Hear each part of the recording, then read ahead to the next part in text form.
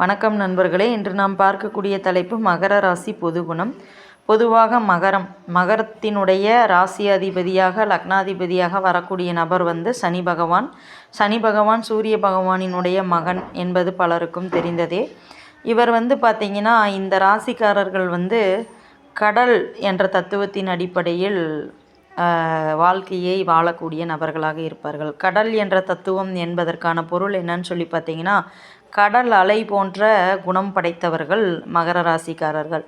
அதாவது அலை எப்படி திரும்ப திரும்ப திரும்ப திரும்ப முன்னோக்கி மேல் நோக்கி வரணும்னு நினைக்குமோ, அதே போல தான் மகர ராசி அன்பர்களும். வாழ்க்கையில் நிறைய ஏமாற்றங்களையும் இழப்புகளையும் கண்டிப்பாக இவர்கள் சந்திப்பாங்க அப்படிங்கிற அமைப்பு தான். இருந்தாலும் 10 தடவை கீழே விழுந்தாலும் 11வது தடவை மேலே எழுந்து வருவேன் அப்படிங்கிற மன தைரியம் படைத்த நபர்கள் இவர்கள் தான். அதே போல் இவர்கள் கண்டிப்பாக வாழ்வில் ஒரு நாள் இல்லைனாலும் ஒரு நாள் நல்ல டெவலப்மெண்ட்டுக்கு அவங்களோட லைஃப்பில் வந்துடுவாங்க அப்படிங்கிறத உறுதிப்பட சொல்ல முடியும்.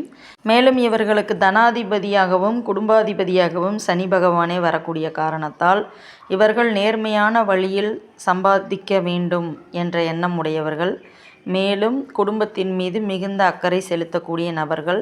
சொன்ன சொல்லுக்காக எதை வேணாலும் செய்யலாம், அதாவது வாக்கை காப்பாற்றுவதற்காக எந்த எல்லைக்கும் செல்லக்கூடிய நபர்கள் இவர்களே. இவர்களுக்கு நேர்மையாக இருக்க மட்டும்தான் தெரியுங்க. இவங்களுடைய மைனஸ் என்னென்னா, இவங்களுடைய வெகுளித்தனத்தால் வாழ்க்கையில் நிறைய இழப்புகளையும் ஏமாற்றங்களையும் சந்திப்பாங்க. ஆனால் கண்டிப்பாக இவங்க நிச்சயமாக உறுதியாக ஒரு நாளைக்கு சக்ஸஸ்ஃபுல் பீப்புளாக அவங்களோட லைஃப்பில் வருவாங்க அப்படிங்கிறதுல எந்தவித சந்தேகமும் இல்லை. ஆக மகர ராசிக்காரர்கள் குழந்தை உள்ளம் கொண்ட வெள்ளை மனம் படைத்த நபர்கள், சாதனைசாலிகள் என்றே கூற வேண்டும். ஸோ இவ்வளவுதாங்க. நன்றி நண்பர்களே.